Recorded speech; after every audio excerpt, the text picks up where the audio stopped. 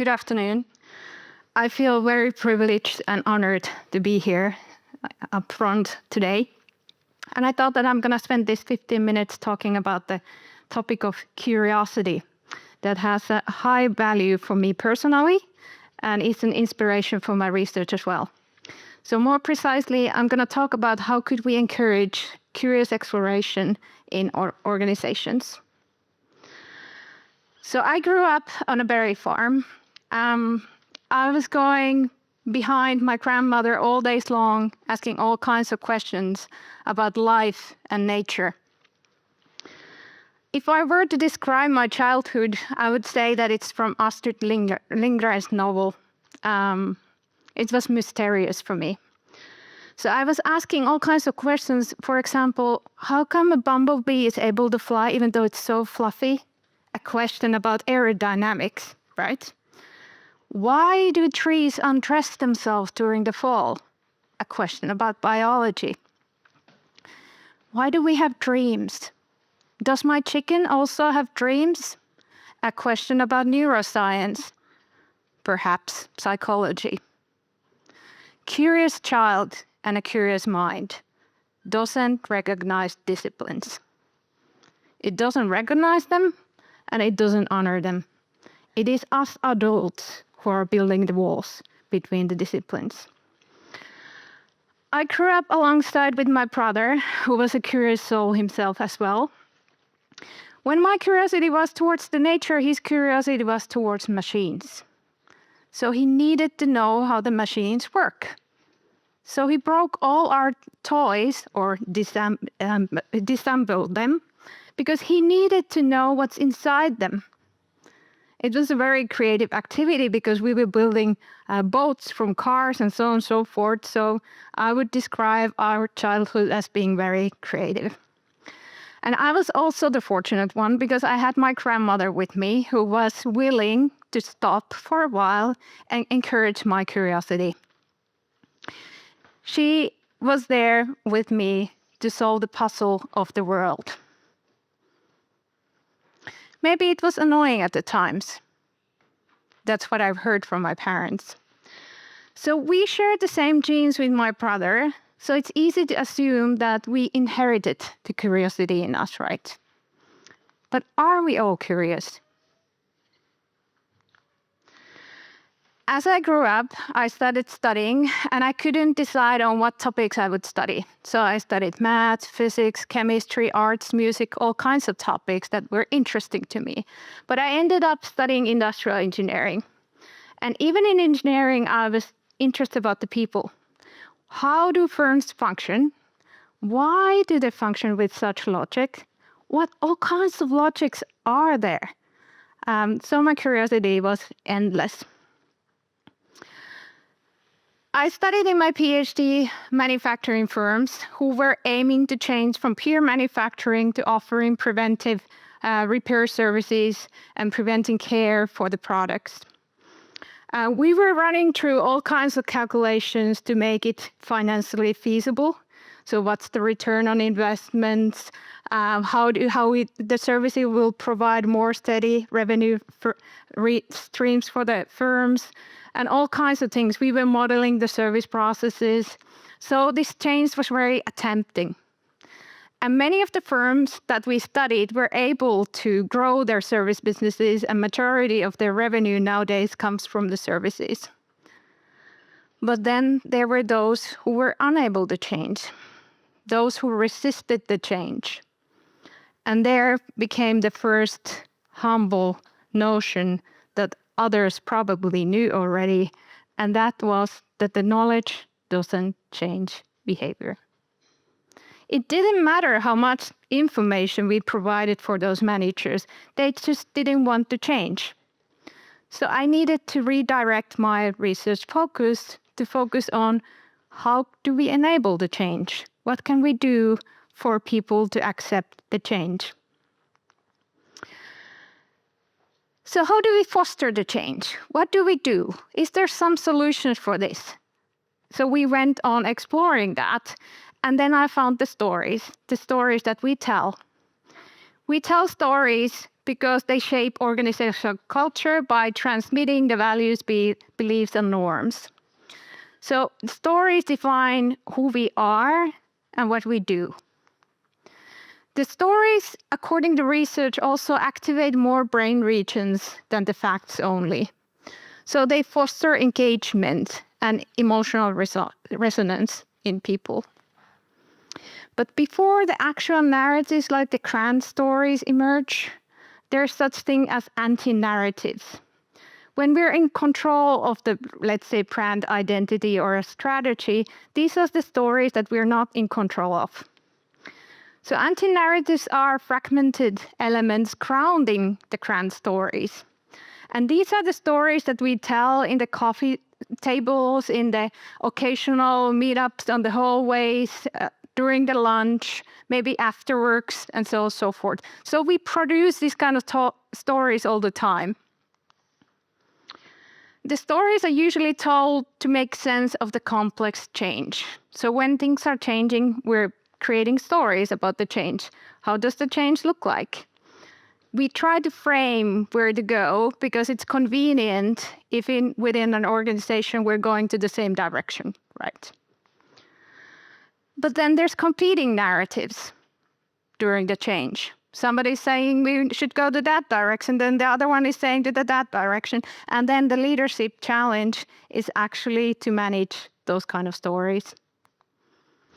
So me and my research team, we went on studying managerial curiosity. So we wanted to know how the managers explain the change. What kind of frames do they give for the change? What kind of arguments, what kind of explanations, and so on and so forth, when they encounter possible disruption.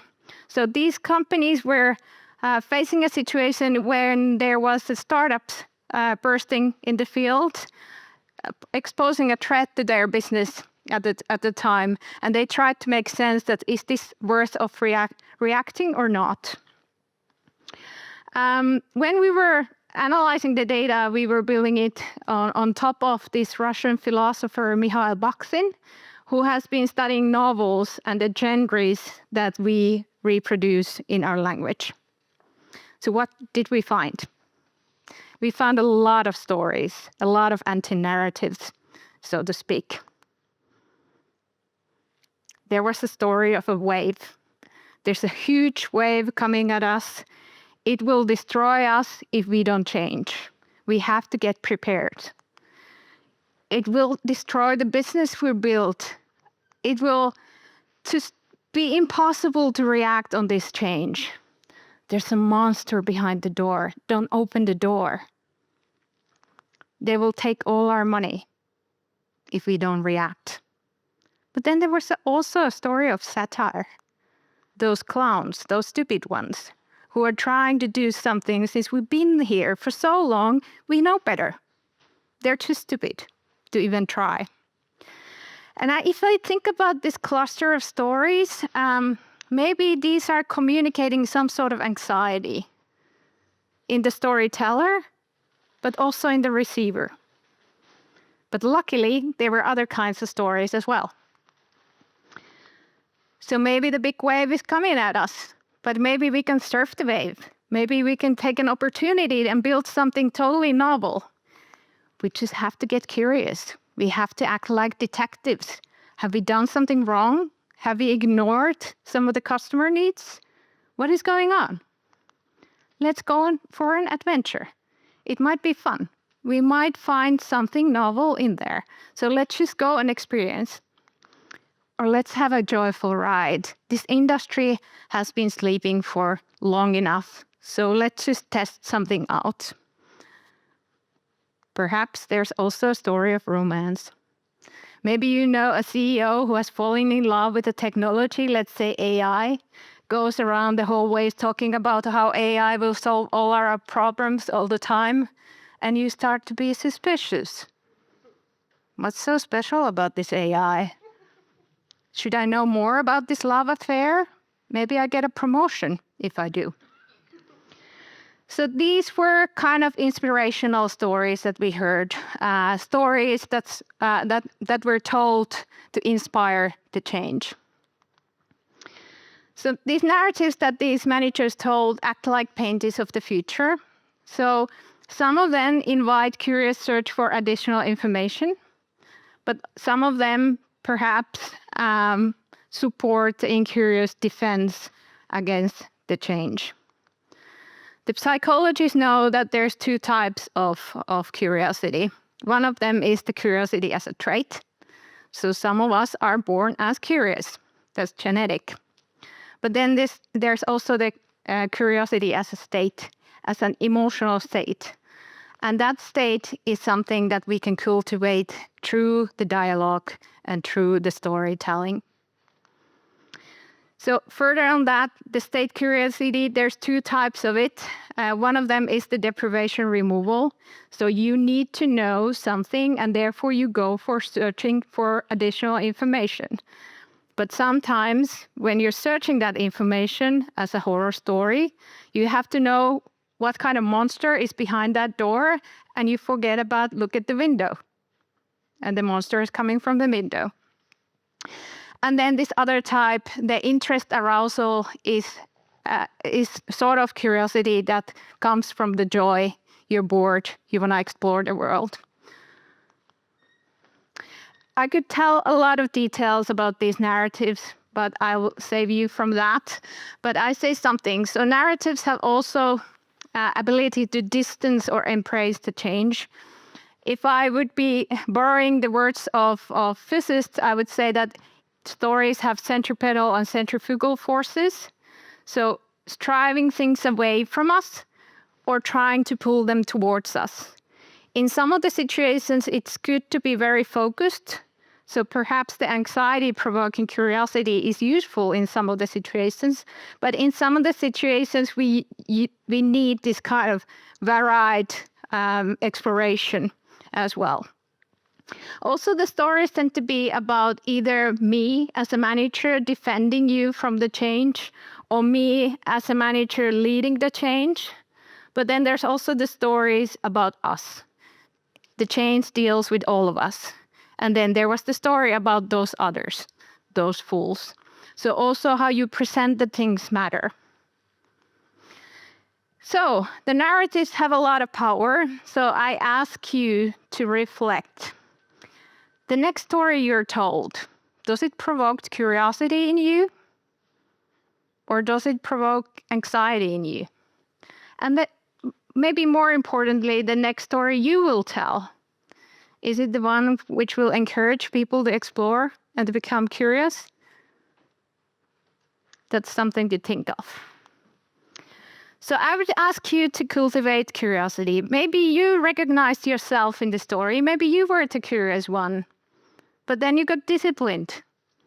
I ask you to invite that little child back because we need that child. There's concerning problems going on, just climate change, biodiversity loss, poverty, segregation, just to name few. And we need these complex questions to be asked. Or perhaps you're a parent for a curious child. You're given a great task and responsibility to nurture that quality in your children, because we need the children as well. Surely, we're not all curious, but we're all storytellers. And stories have a power to change the world for better. Thank you.